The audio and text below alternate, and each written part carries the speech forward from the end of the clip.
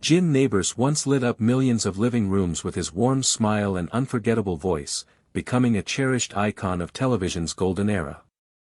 But away from the spotlight, a far more painful story unfolded, one of quiet struggles, failing health, and a heartbreaking decline hidden from the public eye. In his final days, the man who had brought so much joy to others faced his own battles in silence, each moment bringing him closer to an ending that fans could never have imagined. Today, we look beyond the laughter to uncover the truth about Jim Nabors' final chapter, starting with his humble roots in the small Alabama town of Sylacauga in 1930. Jim Nabors grew up in the small town of Sylacauga, Alabama, alongside his two older sisters, Freddie and Annie Ruth. His father, a dedicated police officer, worked hard to provide for the family, while young Jim found joy and purpose in music from an early age. He sang in his church choir, performed with his high school chorus, and discovered that his voice had the power to move people. Singing wasn't just a hobby, it became a part of who he was, something he nurtured as he grew older. Determined to broaden his horizons, Jim went on to attend the University of Alabama, where life offered him more than just textbooks and lectures. He joined a fraternity, participated in stage skits, and began shaping the charm and stage presence that would one day captivate millions. After graduation, Jim set his sights on something bigger. With little more than ambition and a suitcase, he moved to New York City, ready to chase opportunity. There, he landed a job as a typist for the United Nations, a far cry from the spotlight he dreamed of. For a year, he worked diligently, but the towering skyscrapers and relentless pace of the city never truly felt like home. Deep down, he knew his journey was just beginning, and the life he was meant for was still waiting beyond the horizon. Leaving Chattanooga behind, Jim Nabors set his sights on a fresh chapter in Los Angeles, drawn not just by opportunity, but by the hope that the city's climate would ease his asthma. His first stop was behind the scenes at NBC, working as a film cutter. But Jim wasn't the type to simply fade into the background. By night, he took to the stage at a cozy Santa Monica tavern called The Horn, a haven for performers who could charm small, discerning crowds. Here, he began shaping the act that would one day make him unforgettable, a mix of humor, charm, and raw talent. On stage, Jim introduced audiences to a lovable, bumbling character with a high-pitched, innocent voice that could send a room into fits of laughter. But then, in an instant, he would drop the act and unleash his deep, rich baritone, stunning the crowd into awed silence. This unexpected contrast became his signature, a perfect blend of comedy and music that not only won over patrons but also set the stage for his big break.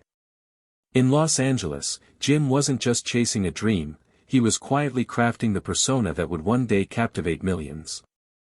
His routine at the Horn began to attract attention. One evening, a comedian named Bill Dana witnessed his performance. Dana appreciated what he saw and assisted Nabors in getting a chance to appear on The Steve Allen Show.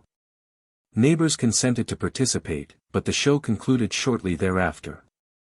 Although that opportunity was brief, it opened up more avenues for him. Prior to all this, he had made his television debut under the name Jimmy Nabors. He appeared on a program called Today in Dixie, which was broadcast from Augusta, Georgia. On another occasion, while performing at the Horn, Nabors caught the eye of Andy Griffith.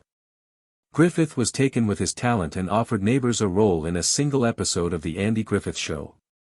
The character he portrayed was Gomer Pyle, a gas station attendant who came across as innocent and well-meaning.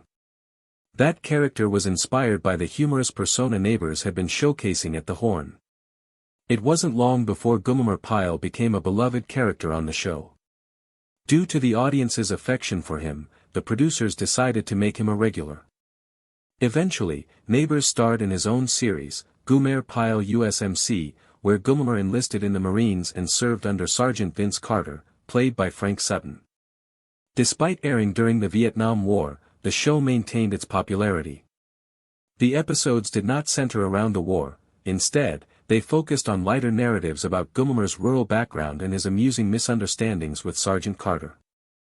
Nabors remained with the show for 5 seasons. Eager to evolve and explore new opportunities, he chose to step away from the role that brought him fame. During his tenure on The Andy Griffith Show, Nabors had already demonstrated his impressive singing ability. His rich voice astonished many when he performed on a 1964 episode titled The Songfesters. That same year, he also sang on The Danny Kaye Show, garnering attention. Following those performances, Nabors began releasing music albums. He performed mainstream songs, country music, church songs, and love ballads. He found a new path outside of television when his singing career took off. The Show Must Go On, a Gomer Pyle USMC episode, featured one of his finest performances. In late 1967, it was broadcast. In that episode, Gomer sang The Impossible Dream at a United States Navy relief event in Washington, D.C. He was supported by the Marine Band, which added to the scene's impact. Many years later, Gomer's well-known line was even included in a Pink Floyd song in a clip from that show. Following their departure from Gomer Pyle USMC, Nabors continued to watch television. From 1960 to 1971, he hosted his own variety show, The Jim Nabors Hour. Some of his former co-stars, such as Frank Sutton and Ronnie Schell, appeared on the show. Despite receiving little critical acclaim, viewers continued to watch the show, and it was even nominated for an Emmy. Nabors took his act on the road after that show concluded, giving live performances in towns all across the nation. His adventure had begun in a little southern town with Nabors. However, he eventually became a well-known artist throughout the United States. He created a distinctive profession by doing everything from cutting film reels to singing with a full band. Not only because he was talented, but also because he never stopped trying new things. He never stood still, going from place to town, job to job, show to show.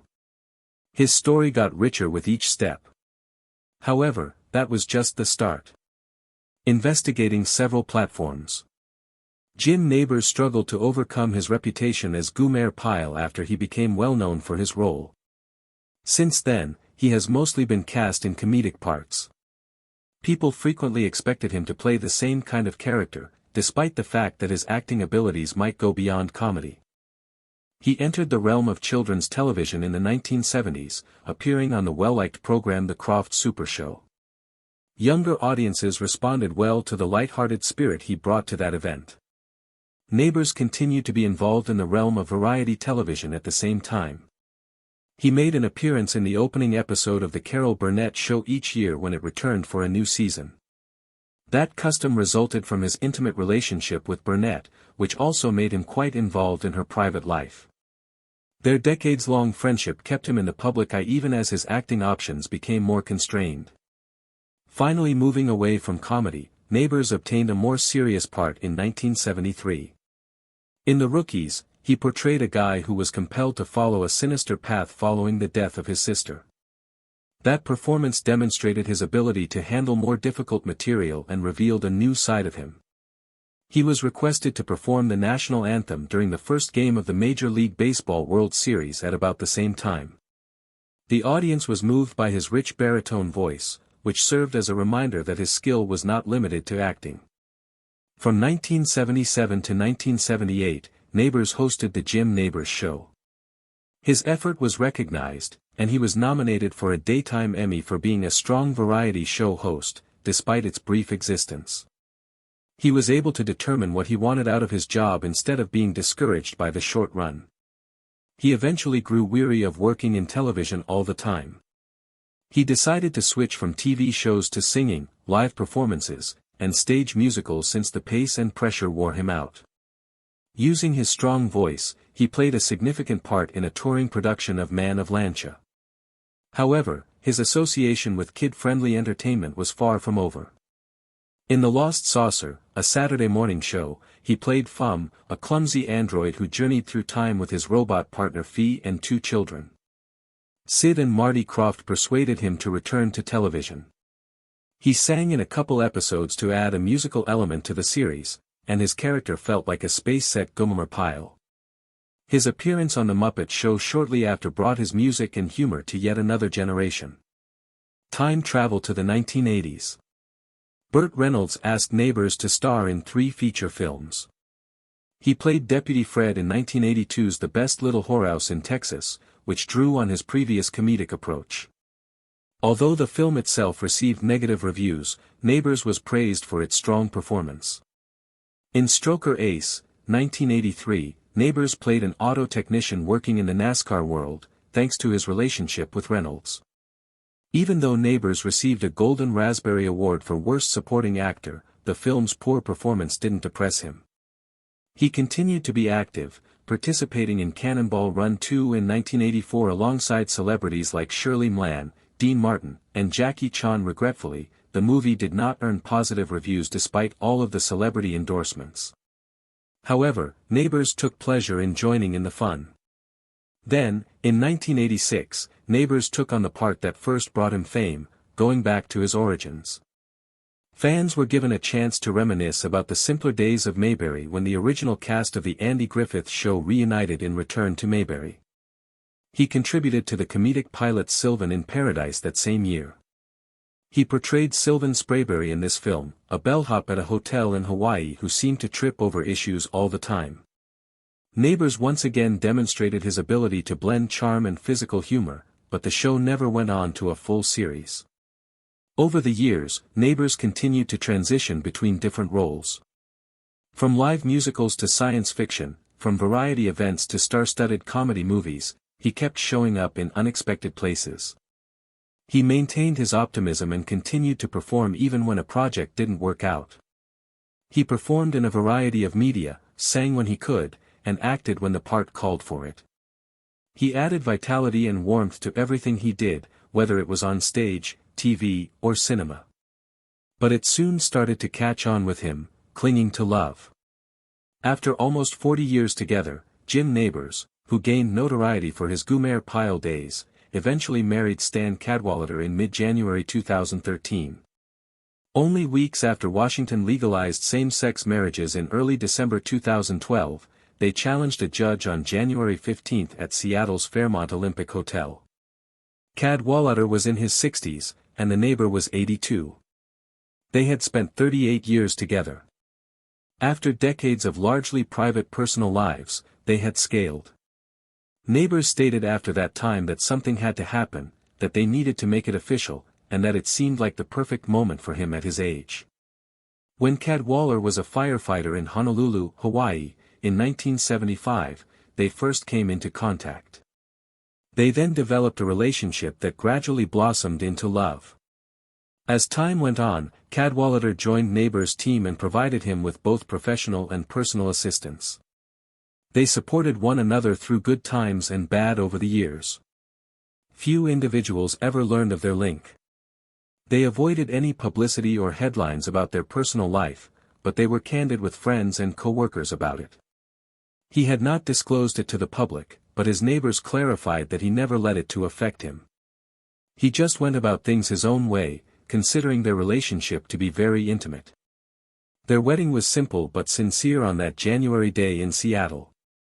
Inside their hotel suite, a judge presided. Only a few neighbors who lived close to Diamond Head and were friends from Hawaii intervened as witnesses. Although the ceremony was modest, it had great significance for them. They eventually came to a point where something had to change after decades of being without legal rights. Nabors mentioned that after almost 40 years of dating, it becomes necessary to make that move. He talked about how fortunate he was to have had Stan by his side and how pleased he was that they made the decision to proceed. Looking back even further, there was a persistent rumor about Rock Hudson, another well-known actor, in the early years of their relationship. A rumor circulated in the early 1970s that Hudson had secretly married Nabors. He had barely met Cadwallader when this occurred. However, same-sex marriage was prohibited in the U.S. at the time, and both men remained secretive. In actuality, they both claimed that their friendship was as casual as possible. Nabors later believed that the gossip had truly wounded him. He remembered considering a lawsuit against the fan magazine that originally published it, but his management dissuaded him. "It felt awful," he remarked. He described it as a nightmare, a baseless, vicious tale. He rejected it in public, saying he had never considered marriage because he was too preoccupied with his job. When Hudson appeared on the Jim Nabors Hour, they had their final talk. They didn't talk again after the rumor spread. A joke invitation from a group of gay pals started the myth, which quickly went beyond their initial aim. With the joke that Hudson would adopt Nabors' well-known character name, Gummer Pile, and turn it into Rock Pile, those buddies had sent out fictitious invitations to a party. The joke was misunderstood by many, and the fake news quickly spread. It destroyed the bond between the two guys and eroded their reputations. Nabors continued to develop a life with Cadwallader behind the scenes in spite of that traumatic event. In the middle of the 1970s, he relocated to Hawaii. Eventually spending years as the owner of a macadamia plantation before selling it to a botanical association. There, they had a tranquil life without ever making public statements or running for office. He was clearly not an activist, according to his neighbors. He never participated in political arguments or discussions, and he never made an effort to include others in his private affairs. He and Cadwallader believed the time had come when marital equality was enacted in Washington, his home state. They took a plane north to Seattle, reserved a stay at that opulent hotel downtown, and exchanged vows in the seclusion of that suite. It wasn't a show, it was just two individuals who had lived together for nearly 40 years, finally tying the knot in a legally sanctioned manner. Simply put, his neighbors expressed their gratitude, happiness, and sense of blessing for the journey they had on together. He had occasionally taken stand to public gatherings throughout the years, such as his appearances at the Indianapolis 500, when he sang the iconic song Before to the Race.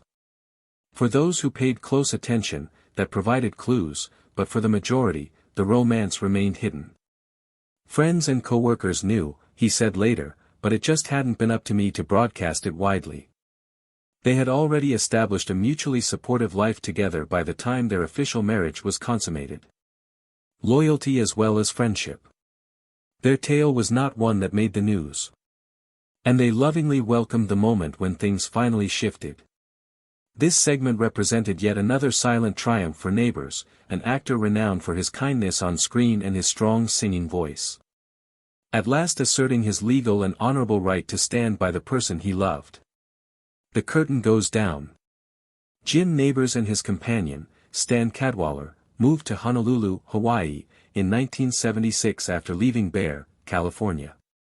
Shortly after arriving, he had a fresh idea and organized a live performance called the Jim Nabors Polynesian Extravaganza. He took it to the Hilton Hawaiian Village stage. During its 2-year run, that show had a significant role in his career. However, the relentless pace of show business eventually wore him out after years of being in the spotlight. Aside from a few infrequent appearances, he retreated from the stage and made the decision to remain anonymous. Nabors continued to approach the door even after he moved away. He bravely ventured into musical theater in 1982, taking on a new challenge. In The Music Man, he co-starred with Florence Henderson as Harold Hill. The Burt Reynolds Dinner Theater in Jupiter, Florida, hosted this performance. After a 5-year hiatus, he returned to the stage with a bang in 1984. Participating in the Moulin Rouge show at the Las Vegas Hilton brought him back into the spotlight. He gradually regained his groove while performing in various Reno and Las Vegas venues. However, problems arose just as everything appeared to be going smoothly. Nabors developed a serious case of hepatitis B in 1994. During a trip to India, he contracted the virus. He contracted the virus after severely wounding himself while shaving with a straight razor. His liver was severely harmed by the sickness. His physicians didn't think he would get better as his health worsened. However, Carol Burnett, one of his best friends, stepped in and provided assistance. She gave the appropriate information to Nabors and contacted a leading physician in the University of California, Los Angeles's liver transplant department. He had the procedure successfully and started to recover gradually with the assistance of the specialists. He was profoundly affected by the incident. Nabors joined the American Liver Foundation after enduring such a traumatic experience. He supported those experiencing similar issues and raised awareness by using his time and voice. He didn't waste time sleeping, despite having recently gone through such a difficult medical battle. He resumed his tour shortly after his recuperation. He resumed touring, playing in places like Phoenix, St. Louis, and Washington. People realized how much he still had to offer when he returned. He collaborated with producer Burton White to create a unique Christmas presentation from 1997 to 2006. The Hawaii Theater Center in Honolulu hosted the performance, which was titled A Merry Christmas with Friends and Neighbors. This event brought together national and local performers each year. The shows were directed by Tom Hansen until his death in 2006. John Rampage then took over to continue the tradition for a last run, dedicating it to Hansen's memory. Additionally, there was a well-liked annual custom that connected Neighbors to the sports community. He rose to fame in 1972 by performing Back Home Again in Indiana prior to the Indianapolis 500. He continued this tradition for more than 40 years by singing with the Purdue All-American Marching Band. Fans waited for his well-known voice to rise over the crowd every year. By 2014, however, he found it more difficult to travel due to age and health concerns. He announced in March of that year that he would no longer be singing at the race in 2014. Following his departure, the song was alternately performed by other singers until the organizers ultimately decided that Jim Cornell, the singer of the Chicago Blackhawks anthem, would be the regular performer. Neighbors had kept him grounded by helping him establish a life in Hawaii during all of this. He didn't simply move into a house when he relocated in 1976. For 25 years, he owned a macadamia nut plantation on the island of Maui. He then sold the property to the conservation-minded National Tropical Botanical Garden. But he did not sacrifice everything. He still had the right to farm the land and kept a second residence there. Through his work and memories, the land continued to play a role in his life. He lived in Hawaii, although he also lived in Montana for periods of time. He had a residence in Whitefish during the 1990s, when he relished peaceful mountain summers. It provided him with privacy and separation from the entertainment industry. He was able to recuperate and rest during these retreats in between projects and tours. Jim Neighbors had a career full of daring decisions and surprising detours. He continued on. He persevered through performances, illness, recuperation, and fresh starts despite all that happened to him.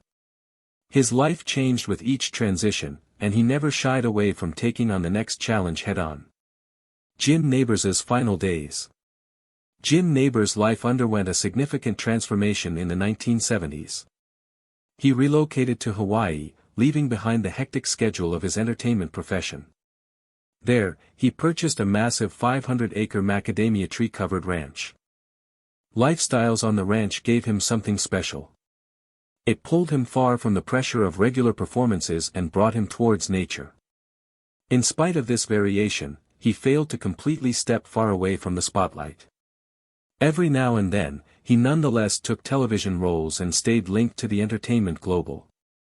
With the aid of the late 1970s, Pals found himself working again, this time in a brand new rhythm. For approximately 10 months each year, he executed at Hilton Inns across Hawaii. These shows had been normal, and the long timetable started out to wear him out.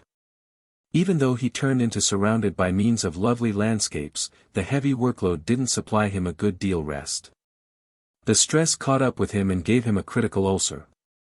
His fitness started to suffer and it had become clear that the stress turned into too much.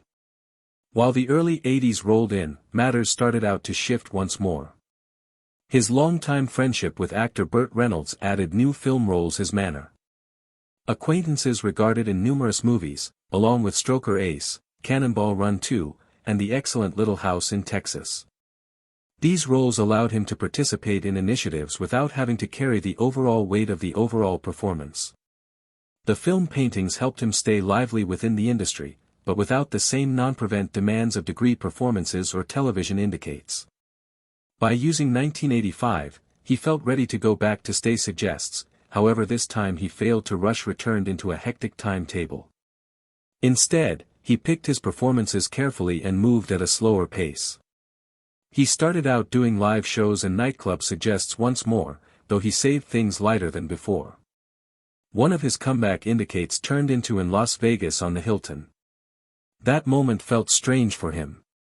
After spending a lot time working outdoors on his ranch, being surrounded via dancers in sparkling costumes and appearing beneath the new degree lights felt nearly like moving into another world. He had long gone from tractors to theaters, and the assessment changed into hanging. But, at the same time as he bogged down in a few areas of his profession, one subculture stayed strong in his lifestyles. Due to the fact 1972, he had been singing lower back domestic again in Indiana every year on the Indianapolis 500. That moment had become one of the maximum special components of his year. In his first look on the race, he changed into so apprehensive approximately forgetting the lyrics that he wrote them on his hand simply to be secure. Through the years, his voice became part of the race's culture. Crowds spoke back with loud cheers, however associates in no way noticed the response as being approximately him. He felt that the strength became continually about the race and the song itself. He hardly ever neglected that performance. But in 2007, infection pressured him to cancel for the first time in more than 20 years. That year marked an extraordinary break in a protracted subculture. Nonetheless, he lower backed the subsequent year in 2008 and performed once more at the event he loved so much. Being a part of the race brought him real pleasure and gave him something to sit up for each year. As he grew older, acquaintances stayed in Hawaii. His ranch became his everlasting home. It offered him peace in space after years of hard paintings and journeying. On November 30, 2017, he surpassed away at his domestic in Honolulu on the age of 87. His passing marked the end of a long and colorful lifestyles, one packed with performances, friendships, and deep connections. After his passing, many human beings paid tribute to him. America Marine Corps honored him by naming him an honorary Marine. This rare name meditated the affection and admire many had for him, both inside and out of uniform. In Indiana, his passing touched hearts deeply. Karen Pence, who had served as second woman of the U.S. and become also a former First Lady of Indiana, spoke about how regularly that they had heard his voice at the Indianapolis 500. His overall performance had grown to be a part of the race's identification, and now that voice was long gone. His longtime pal, Carol Burnett, remembered their friendship that lasted over 5 decades. Their bond had grown more potent through years of operating together, and her words carried the weight of that shared history. Others from the Racing International also spoke about him. Indy Automobile Motive Force Tony Cannon stated that Nabors might usually be remembered as the voice at the back of again domestic once more in Indiana. His position in that culture have become unforgettable. Within the media international, journalist Larry King defined Buddies as a man packed with brilliant expertise and kindness. Many who had seen him carry out, whether on stage, on television, or at the racetrack, felt the equal way. Jim associates lived an existence that carried each fame and ease. He gave his all to his craft, stepped away when it had become an excessive amount of, and discovered his manner lower back on his own phrases. He balanced public existence with non-public peace. He stayed authentic to himself, and in the long run his work persevered to stay on within the hearts of individuals who noticed him, heard him and remembered.